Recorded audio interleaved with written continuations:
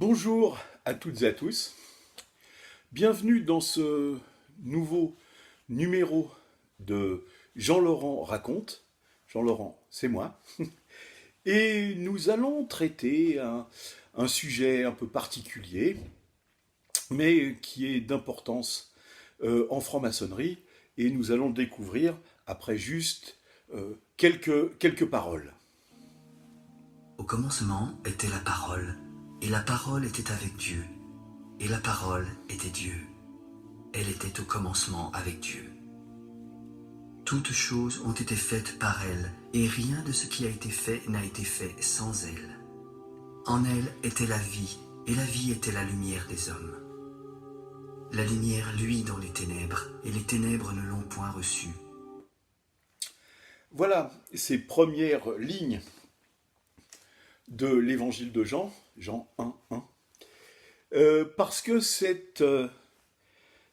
par cette ouverture et parfois cette lecture que commencent souvent des tenues maçonniques. En tous les cas, pour les obédiences et les rites qui souhaitent respecter ce qu'on appelle la tradition et la spiritualité, c'est-à-dire d'avoir un volume de la loi sacrée en présence des frères ou des frères et des sœurs de la loge. Alors voilà, c'est pourquoi nous allons traiter ce soir de la Bible en loge, ou du volume de la loi sacrée en loge, car il y a évidemment des phrases qui peuvent paraître,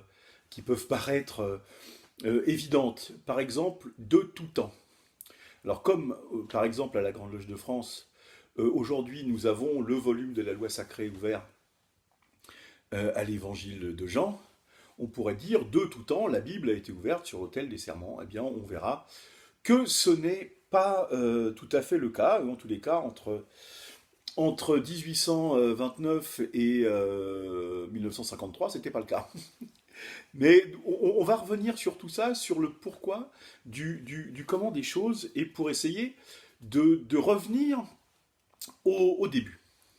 Alors c'est vrai que la franc-maçonnerie est arrivée en France via l'Angleterre. Et avant l'Angleterre, via l'Écosse. Les deux étant des pays protestants, l'Écosse ayant été protestantisée ou calvinisée par John Knox, dans sa grande majorité, il restait un peu de catholiques, mais l'Écosse était très largement protestante. Et puis l'Angleterre avec Henri VIII et Élisabeth Ier et l'anglicanisme, qui était donc le protestantisme d'État en Angleterre. Donc nous sommes en pays protestant. Pourquoi je vous dis ça? C'est parce que en France, nous sommes un pays de tradition catholique. Il y a eu des tentatives pour que le protestantisme devienne la religion de l'État. Vous savez, un prince, une religion, c'était la doctrine au XVIIe siècle. Et donc, il y a eu près de 70 ans de guerre, de religion, et même plus, parce que ça continuera après. Mais disons entre l'application des 95 thèses de Luther sur l'église de Württemberg en 1515 et, euh, et l'édit de Nantes en 1598, vous voyez qu'il y a 80 ans, il y a eu Jean Calvin entre les deux. Donc il y a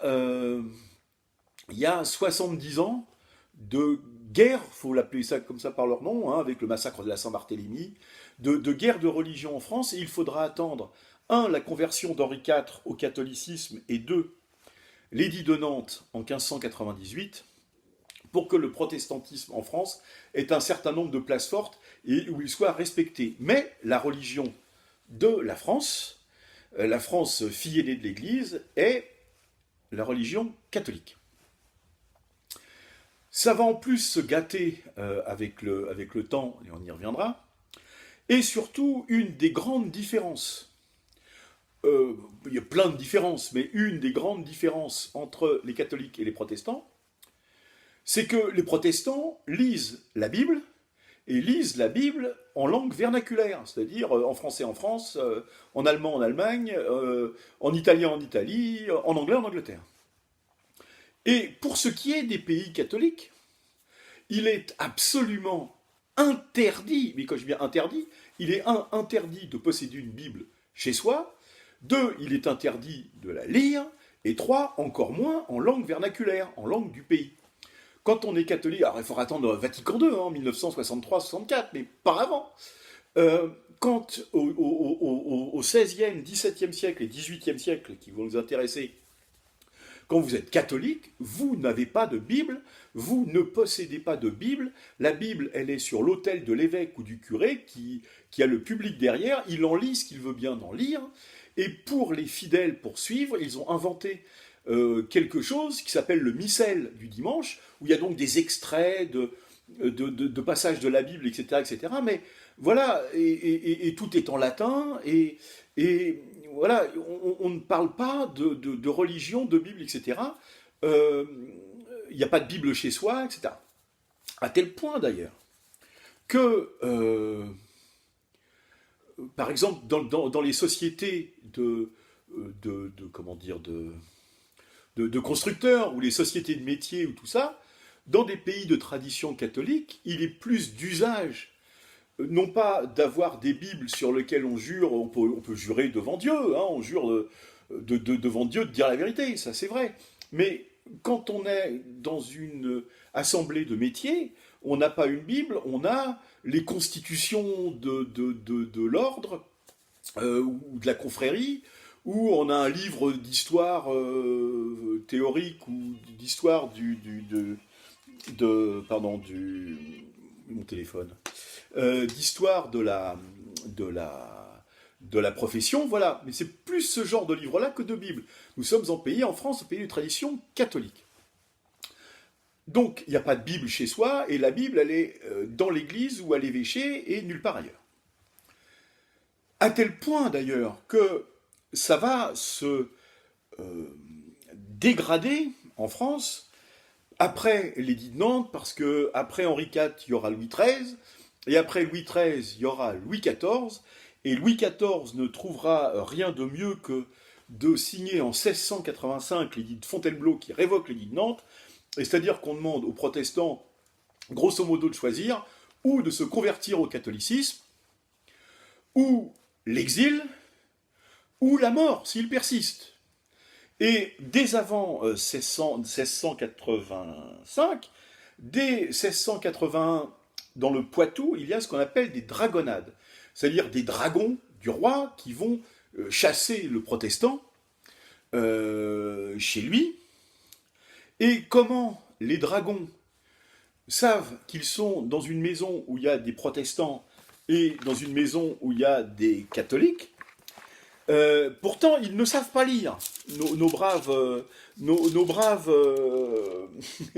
dragons du roi. Mais on leur a quand même appris 5-6 lettres qu'il faut savoir. Et ces 6 lettres, c'est celle-ci. C'est là où il y a marqué Bible. Bible. Quand ils voient un livre avec marqué Bible, tous ceux qui sont dans la maison sont donc réputés protestants, parce que le catholique, il n'a pas de Bible chez lui. Et donc, à ce moment-là, en général, soit il se convertit immédiatement, soit on le tue un peu, on viole sa femme, on envoie les enfants aux galères, etc. Enfin bon, ça se passe pas très bien. Voilà. Et donc, il y aura des dragonnades jusqu'en 1759. Rappelez-vous que la franc-maçonnerie est officiellement créée à Londres en 1717, même 1720, peu importe.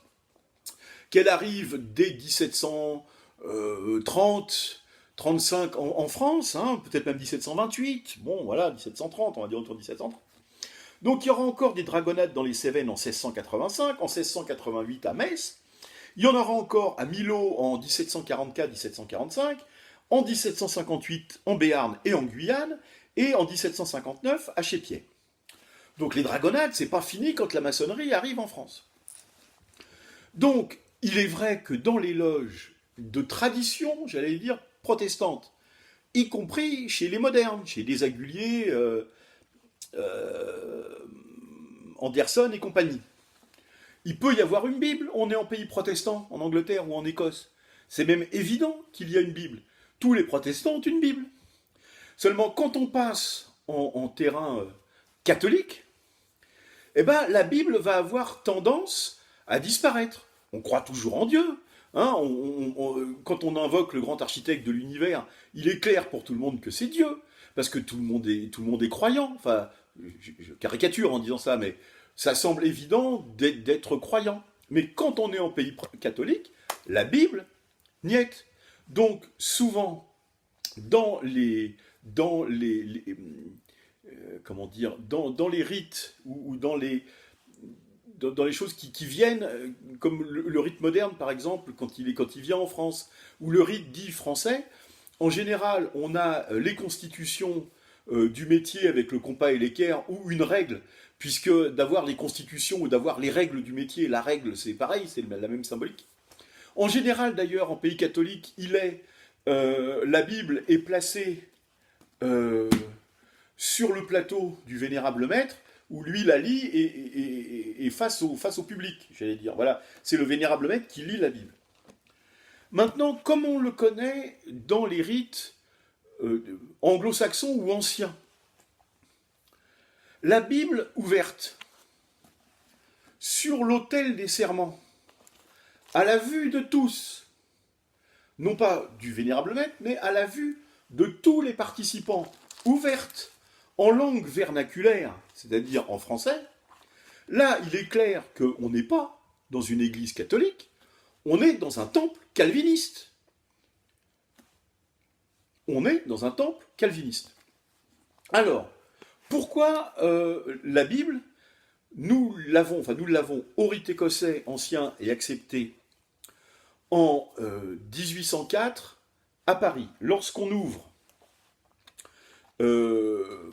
puisque quand l'amiral de Grasse-Tilly, quand de Grasse-Tilly, qui a été un des fondateurs du Suprême Conseil juridiction, le Suprême Conseil était juridiction sud maintenant, mais Suprême Conseil des États-Unis en 1801, il arrive en 1802, il crée le Suprême Conseil des îles du Vent et sous le Vent, et il arrive en 1804 à Paris et il crée la Grande Loge Générale Écossaise, 2, le Suprême Conseil de France. Ou 1 et 2, en même temps, le Suprême d'abord et la Grande Loge Générale Écossaise 2 jours après, en septembre 1804. Il n'y a pas, à l'époque, de rituel pour les 3 premiers degrés.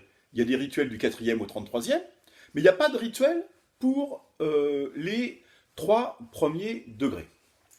Donc, il faut trouver des rituels pour les 3 premiers degrés. Et bien, qu'est-ce qu'il fait ?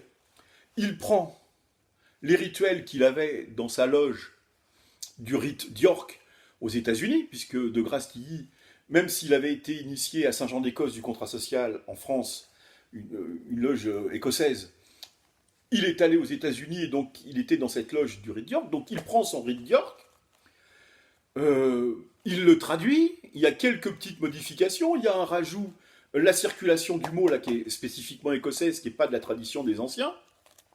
Et dans sa loge des anciens, à Charleston aux États-Unis, en plein pays protestant, c'est évident qu'il y a la Bible. Il y a la Bible ouverte à la vue de tous. Nous, on dit sur l'autel des serments, c'est-à-dire avec dessus le compas et l'équerre, mais dans sa loge de rite d'York aux États-Unis, en pays protestant, il y a la Bible. Donc, il va y avoir la Bible. Puisqu'il prend ces rituels de sa loge du rite d'York, de Charleston, aux États-Unis, en pays protestant. Donc, il y a la Bible, au rite écossais ancien accepté, en 1804, lorsqu'il y a, on a 2-3 rituels, mais où ils sont. Alors, évidemment, la divulgation des anciens de 1760, Three Distinct Knocks, 3 coups distincts, ou 3 coups séparés plutôt, parce que vous voyez bien qu'au rite français, ça fait... Et dans les rites anciens, ça fait... Il y a 3 coups distincts, 3 coups séparés. Voilà. Donc dans le rituel de 1760, Three Distinct Knocks, il y a évidemment la Bible, l'équerre et le compas. Dans le rituel de la première grande loge générale écossaise de 1804 et dans le Tuileur du rite écossais ancien accepté de Gracilly de 1813, il y a la Bible, le compas et l'équerre, et même dans le guide des maçons écossais, qui est un peu plus tardif, qui est entre 1806 et 1811, et qui sera publié vers 1816-1821, il y a encore la Bible, l'équerre et le compas. Suivra l'Empire, suivra la fin de l'Empire, avec quand même l'effondrement. Je vous passe les détails, parce qu'en 1804, l'indépendance du rite écossais elle a duré 2 mois, entre septembre et décembre, et après, l'empereur a gentiment demandé au rite écossais de bien vouloir rejoindre le Grand Orient de France. Donc, le rite écossais est mêlé au Grand Orient de France à partir de 1804, décembre 1804. Rappelez-vous, il y a un petit truc sans importance, le 2 décembre 1804, c'est le couronnement de Napoléon. Voilà. Donc il ne veut voir qu'une seule tête, qu'une seule maçonnerie, et c'est celle du Grand Orient de France. Et c'est pas autrement. Et le chef de tout, d'ailleurs il est souverain grand commandeur du Suprême Conseil, il est l'adjoint du grand maître, puisque le grand maître du Grand Orient, c'est le frère de l'empereur, c'est Jérôme. Et donc, celui qui fait marcher la machine, c'est Régis de Cambacérès. Régis de Cambacérès, c'est le numéro 2 du régime, c'est l'archi-chancelier de l'Empire, et c'est lui qui est à la tête de tous les rites, y compris le rite écossais, ancien accepté, qui traitera d'ailleurs plutôt bien. Voilà pour 1804. 1815, je vous dis fin de l'Empire. Donc là, tous les dignitaires de l'Empire qui se sont pas ralliés à Louis XVIII, c'est fini. Le rite écossais a donc beaucoup de mal, parce qu'il reste peu de frères, c'est un peu séparé. Je ne suis pas là pour faire l'histoire du rite écossais, mais de la Bible en loge. Et donc, le Suprême Conseil de France, en fusionnant le Suprême Conseil du Prado, en fusionnant le Suprême Conseil des îles du Vent et sous le vent de Gracilly 1802, et ce qui restait du Suprême Conseil, se reconstitue en 1821 et promulgue des nouveaux rituels en 1829, donc pour du 1er au 33e, mais en ce qui nous concerne, les rituels des 3 premiers degrés, et Jacques Simon les avait publiés à l'époque aux éditions de la Hutte, s'appellent les rituels des 3 premiers degrés, suivant les anciens, de 1829, voilà. C'est les rituels du Suprême Conseil de France, reconstitués en 1821, et qui promulgue des rituels pour ces loges. Or, qu'est-ce qu'on y lit ?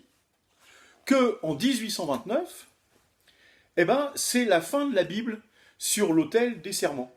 Il n'y a plus la Bible dans les rituels du Suprême Conseil de France de 1829. Alors, il y a une explication, mais qu'il faut quand même détailler un peu plus. Jacques Simon dit « Il est tout à fait étonnant de voir apparaître dans les pages d'observation du rituel de 1829, donc il y a le rituel et puis ils expliquent pourquoi on fait les choses, etc., un peu comme un livret d'instruction, mais il explique dans le rituel.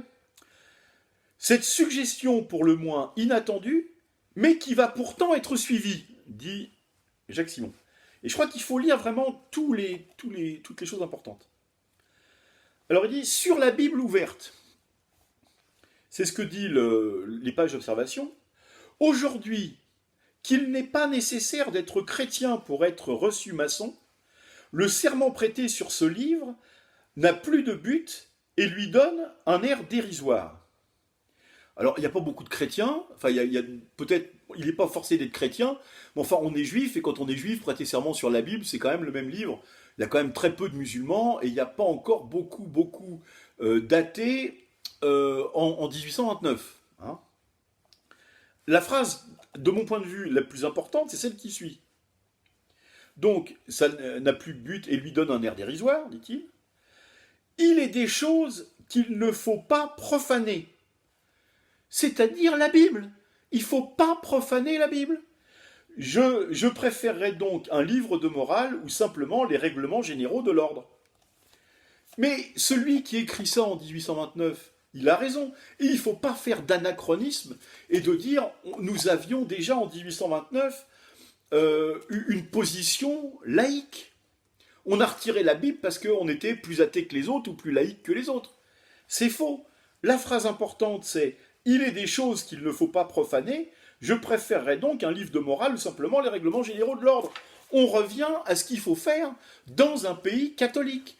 Rappelez-vous, on est en 1829, on est en pleine réaction ultra-royaliste, ultra-catholique, qui donnera d'ailleurs la révolution de 1830 pour virer Charles X et mettre Louis XVIII, roi des Français, en 1830, mais c'est l'année d'avant. On est en pleine réaction ultra-catholique, ultra-monarchiste, et donc la position qu'il donne, il dit tout simplement, on est en pays catholique. Il y a des choses qu'il ne faut pas profaner. La Bible, on ne la profane pas, on ne la fout pas sur un autel des serments, on ne la met pas dans une loge maçonnique. La Bible, elle est à l'archevêché ou dans l'église, sous les mains de l'évêque ou du curé, et pas ailleurs, et en tous les cas, pas dans une loge maçonnique. C'est là-dessus, moi, c'est comme ça que j'interprète les choses, parce que je crois honnêtement qu'on peut difficilement les interpréter autrement. Et c'est vrai que, par la suite, le fait qu'il n'y ait pas la Bible, comme il va y avoir une laïcisation progressive, en 1848, en 1860, en 1868, il y aura la Commune de Paris, après il y aura la création de la Grande Loge symbolique écossaise en 1880, où alors là il n'y aura plus du tout ni le grand architecte, ni rien du tout, d'ailleurs plus de Houzé, plus de machin, plus de... Voilà, où on va tout perdre, c'est pas à ce moment-là qu'on va remettre la Bible, c'est clair. Mais néanmoins, il va y avoir des petites adaptations et des petites modifications. Donc là, je change. Je ne suis plus avec Jacques Simon pour les rituels, mais je suis avec Louis Trébuchet pour son volume 4 de l'Écosse à l'écossisme avec l'évolution des rituels, et avec des petites choses qu'il va falloir aussi expliciter. Alors, à partir du convent de Lausanne de 1877, on garde le grand architecte, mais il n'y a plus de mention de Dieu. Dans le delta, maintenant dans le delta qui est au-dessus du Vénérable Maître, si vous visitez une loge maçonnique lors des journées du patrimoine, vous le verrez, il y a un œil dedans. Eh bien, au rite écossais ancien accepté, il n'y avait pas d'œil, il y avait 4 lettres hébraïques, le Yodé-Vavé, qui est le nom ineffable de Dieu imprononçable. C'est pour ça qu'on prononce les lettres et qu'on ne le prononce pas entièrement. Et donc, dit Louis Trébuchet, d'une part, le rituel imprimé après le convent de Lausanne introduit 2 modifications. D'une part, dans le delta transparent, on lit non plus le grand nom de Dieu en caractère hébraïque, mais, la nouvelle phrase est, mais en caractère hébraïque, le nom du grand architecte de l'univers, mais il s'agit toujours du même tétragramme. On garde encore le tétragramme, c'est plus le nom de Dieu, c'est le nom du grand architecte de l'univers en 1877, puisque c'était une des conséquences du convent de Lausanne de 1877. Alors, il n'y aura pas beaucoup d'autres changements, il n'y en a même pas du tout. Simplement, on va petit à petit, au rite écossais ancien accepté, du fait de la création de la Grande Loge symbolique écossaise, mais même après la création de la Grande Loge de France, etc., on va perdre un certain nombre de choses. On a déjà perdu la Bible, on va perdre le delta rayonnant, et donc quand on va retrouver des choses symboliques, ce qu'il faut savoir, c'est que la Grande Loge de France, dans les années 20, avait hébergé à titre temporaire 5 loges du rite écossais rectifié. Et ces loges-là avaient gardé au rite écossais rectifié l'essentiel des choses, c'est-à-dire le delta lumineux, mais il n'y avait pas le Yodé-Vavé, eux, il y avait un œil dedans. Donc quand on a recommencé des années après à reprendre le delta, on l'a pris avec l'œil, comme les loges rectifiées qui travaillaient à la Grande Loge de France. Et puis, il y avait, dans les loges rectifiées, la Bible ouverte au prologue de l'évangile de Jean, dans les loges rectifiées, depuis 1782. C'est comme ça, et en plus, ce qu'il faut savoir, c'est que le rite écossais rectifié s'étant arrêté en France début du XIXe siècle, il a été gardé, conservé par le grand prieuré d'Helvétie, notamment à Genève, en Suisse, et donc, lorsqu'il est revenu en France en 1913, à la fois dans une loge du Grand Orient de France qui va adopter le rite écossais rectifié. Ensuite, ça va faire un pataquès au sein du Grand Orient. Il y en a qui vont se partir et ça va donner naissance à la Grande Loge, ce qui deviendra la Grande Loge nationale française. Mais dans tout le pataquès, la Grande Loge de France va héberger 5 loges qui sont proches de Camille Savoir et elle va les héberger en son sein. Elles n'ont pas le droit d'essaimer, elles n'ont pas le droit de pratiquer, enfin de faire d'autres loges au même rite écossais rectifié. Hein. La Grande Loge de France la Grande Loge travaille au rite écossais ancien et accepté. Mais enfin, elles avaient en son sein un certain nombre de loges du rite rectifié. Parce que ce qu'il faut savoir, par exemple, c'est que même en 1804, lorsque il y avait la Bible sur l'autel des serments, c'était pas forcément à l'évangile de Jean, ça pouvait être au premier degré, à la première épître de Pierre, par exemple. Et c'est des choses qu'on va retrouver. Et on va les retrouver quand ? Eh bien, on va les retrouver en 1953. Et en 1953, pourquoi ? Parce que c'est le retour de la Bible sur l'autel des serments à la Grande Loge de France, au rite écossais ancien accepté. Et pourquoi c'est le retour de la Bible ? Eh bien, tout simplement parce que nous souhaitons, enfin les francs-maçons écossais de l'époque souhaitent se rapprocher de la franc-maçonnerie universelle, on va dire, enfin de la très grande majorité des francs-maçons du monde, puisque, si vous voulez, il y a une franc-maçonnerie dite régulière, voilà, en tous les cas, qui suit les préceptes de la Grande Loge d'Angleterre, qui représente à peu près 90% des maçons du monde, et il y a les obédiences dites plutôt libérales, ou en tous les cas qui ne sont pas reconnues par la Grande Loge d'Angleterre, même si elles sont spiritualistes, comme la Grande Loge de France. Cela, ça représente à peu près 10 à 15% des maçons du monde. Et pourquoi en 1953 on souhaite se rapprocher notamment des maçons américains ? La question qu'on nous pose souvent, c'est pourquoi vous vouliez vous rapprocher des maçons américains, par exemple, qui sont loin, plus que des francs-maçons du Grand Orient qui sont près ? Tout simplement parce que les frères américains, ils sont pas loin, ils sont chez nous. Quand ils arrivent, quand il y a la libération de Paris en 1944, la Grande Loge de France rouvre et elle accueille en son sein des loges de francs-maçons américains, militaires. Ils tiennent loge dans les locaux de la Grande Loge de France. Ce sont les Américains qui vont payer les travaux de restructuration de la rue de Puteaux, de la Grande Loge de France. Ils vont faire des travaux aussi à la Grande Loge nationale française, mais la Grande Loge nationale française, c'est quelques centaines de frères français, à peine. Et puis des francs-maçons anglais-américains, mais à l'époque, hein, en 1946, c'est quelques dizaines de frères français, quelques centaines, à peine. Donc ils s'installent rue Puteaux, ils font les travaux de la rue Puteaux, c'est-à-dire que la grande chapelle de la Grande Loge de France va être coupée dans sa longueur au milieu. Au premier étage, il y a le grand temple, si vous allez dans les conférences, vous le voyez, et au rez-de-chaussée, il y a un temple, et au bout du temple, pour faire la même longueur que le grand temple, il y a un temple, et au fond, il y a la bibliothèque. Et ce temple, comment il s'appelle ? Le temple, il ne s'appelle pas Joseph Staline, il s'appelle Franklin Roosevelt, le temple de la Grande Loge de France au rez-de-chaussée. Pourquoi ? Parce que ce sont les Américains, les frères américains qui ont fait les travaux, c'est les Américains qui nous ont libérés, et en 1946, lorsque ce temple a été inauguré, il a été inauguré par Eleanor Roosevelt. Elle n'est pas venue spécialement pour ça, mais elle est venue, elle était là, ils lui ont fait inaugurer le temple Franklin Roosevelt. Voilà. C'est pour vous dire que les maçons américains, ils sont là. Et les maçons américains, on parlera dans une autre conférence des tabliers, etc., les maçons américains, ils ont les traditions de tous les francs-maçons, j'allais dire, depuis Anderson et les Aguliers. Ils portent des gants, des tabliers, et puis ils ont la Bible ouverte sur l'autel des serments. Et donc, pour se rapprocher de la maçonnerie américaine, anglaise, internationale, j'allais dire, le convent de la Grande Loge de France en 1953 vote le retour. Alors, il faut être plus subtil.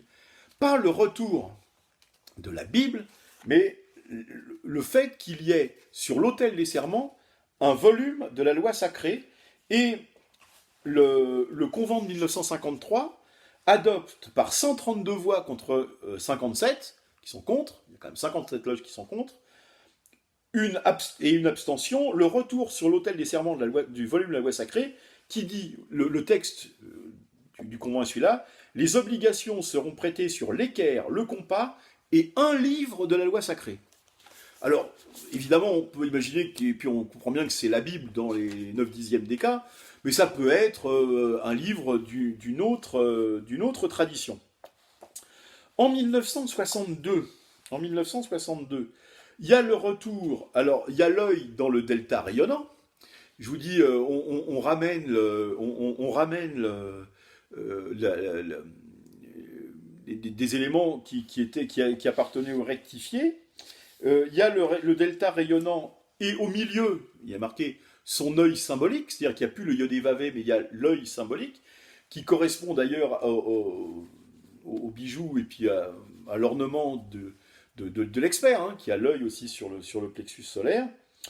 Et il y a des précisions sur les trois grandes lumières, puisqu'il était dit en 53 et un volume de la loi sacrée. Sur les trois grandes lumières, alors il y a marqué: les trois grandes lumières sont indispensables pour que la loge puisse être régulièrement ouverte, on est d'accord. Elles sont constituées par le volume de la loi sacrée, le compas et l'équerre. On les place sur l'autel carré, de préférence de section dorée, appelé autel des serments, installé au pied des marches conduisant à l'Orient, qui est recouvert d'une étoffe bleue bordée de rouge. Le volume de la loi sacrée est obligatoirement ouvert pendant les travaux. Les deux outils symboliques placés dessus sont l'équerre que couvrent les pointes du compas. Voilà, pour l'instant, on en est encore à un volume de la loi sacrée.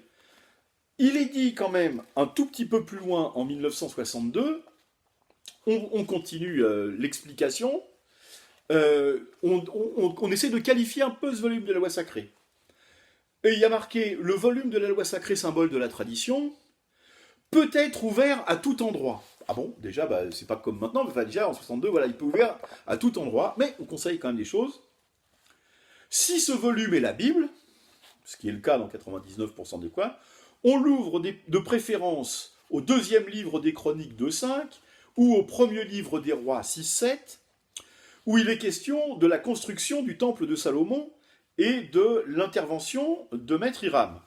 Les livres traditionnels admis par la franc-maçonnerie sont, et là on met les livres traditionnels, donc le volume de la loi sacrée, ça peut être quoi?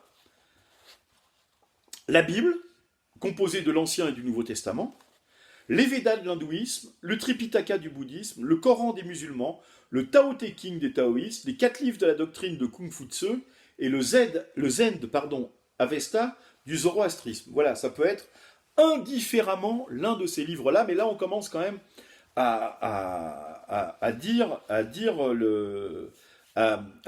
les choses en 1962. Alors ça se précise encore un peu plus en 1979.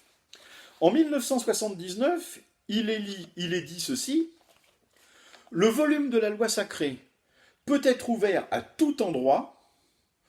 On l'ouvre de préférence à Saint Jean 1.1. Ah, on commence à avoir le prologue de l'évangile de Jean qu'on a entendu au début. À Chronique 2.5 ou à 1 roi, au premier livre des rois, chapitre 6 et 6.7, où il est question de la construction du temple de Salomon, etc., etc. Il faut rappeler là quand même que c'est la première fois que l'ouverture de la Bible au prologue de l'évangile de Jean est citée au rite écossais ancien accepté, en 1979 à la Grande Loge de France, alors que depuis 1782, c'est l'ouverture impérative de la Bible au rite écossais rectifié, c'est ce que je vous ai dit tout à l'heure. Autant au rectifié c'était valable dès 1782, là ça devient fortement conseillé en 1979. Il faut encore attendre quelques années. Il faut attendre en fait 2003 pour qu'il ait dit que l'ouverture est obligatoire du volume de la loi sacrée au prologue de Jean.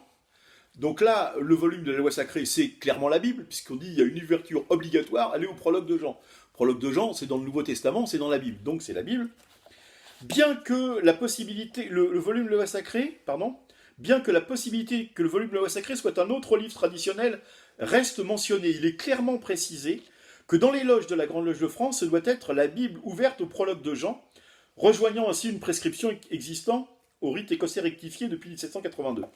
Voilà, depuis 2003, à la Grande Loge de France, l'ouverture se fait obligatoirement et les prestations de serment au prologue de l'évangile de Jean, comme au rite écossais rectifié depuis 1782, Et il est simplement permis, sans retirer la Bible qui reste ouverte, et elle doit rester ouverte, de s'adjoindre un autre volume d'une autre tradition qu'on met dessus, ou par exemple si un bouddhiste veut prêter un serment, on peut mettre le Tripitaka, un musulman le Coran par-dessus, mais on doit obligatoirement garder ouvert le volume de la loi sacrée, le compas et l'équerre, ouvert au prologue de l'évangile de Jean. Voilà ce petit résumé parce que on dit toujours que les choses sont immuables, que de tout temps on fait la même chose. Eh ben les choses, elles bougent, elles changent, on s'inspire de pratiques qui sont faites soit dans des obédiences, soit dans des rites différents. Il est clair que même si on avait la Bible en 1804, au rite écossais ancien accepté, elle était ouverte, pas au prologue de l'évangile de Jean forcément, elle disparaît en 1829, elle réapparaît en 1953. En 1953, c'est un volume de la loi sacrée, et puis ça se précise, on dit c'est la Bible, on peut l'ouvrir n'importe où, puis après on nous dit plus vraiment n'importe où, on vous conseille des ouvertures, et après on vous dit voilà, maintenant c'est le prologue de l'évangile de Jean, point barre, et c'est comme ça.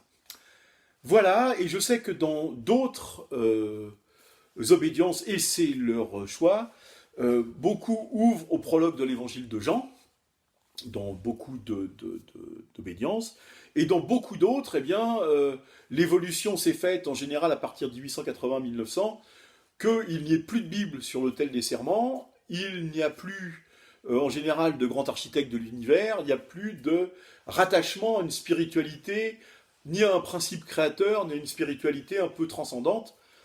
Chacun fait comme il veut, chacun fait selon ce qui lui plaît, selon ce qui lui convient, selon sa propre complexion.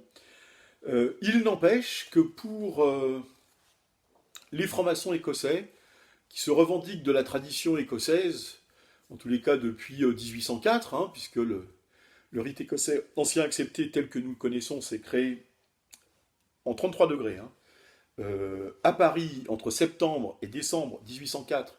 Voilà, on a le rite écossais ancien accepté du 1er au 33e degré, puisqu'avant, aux États-Unis, il n'y avait que du 4e au 33e. Donc le rite écossais du 1er au 33e degré, c'est à Paris entre septembre et décembre 1804 et pas avant.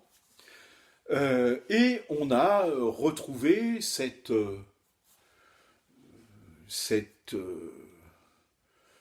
qui semble, pour la quasi-totalité des francs-maçons du monde, comme quelque chose de nécessaire, ou en tous les cas d'important, en tous les cas pour l'ouverture des travaux, c'est-à-dire la présence d'un livre de la loi sacrée, de la Bible en ce qui concerne la France, puisque si vous allez par exemple dans une loge de la Grande Loge Unie du Maroc, par exemple, le volume de la loi sacrée c'est le Coran. Et la Grande Loge Unie du Maroc est une obédience royaliste. Il y a un roi au Maroc, voilà. Pourtant, ils pratiquent le rite écossais ancien accepté aussi, mais ils le font avec leur tradition, leur sensibilité. En France, aujourd'hui, c'est la Bible ouverte au prologue de l'évangile de Jean, avec cette possibilité pour des frères qui ont une autre sensibilité religieuse, bouddhiste, musulmane, hindouiste, shintoïste, voilà. On permet de s'adjoindre, non pas de remplacer, mais d'adjoindre les deux traditions pour prêter les serments. Et après, évidemment, il ne reste plus que la Bible ouverte au prologue de l'évangile de Jean pour toute la tenue. J'espère avoir été un peu clair. J'ai essayé d'être rapide, en tous les cas. Je vous remercie de votre attention. Et puis, à tout bientôt pour un nouveau numéro ou une nouvelle mini-conférence de Jean-Laurent Raconte. Merci à vous toutes et tous.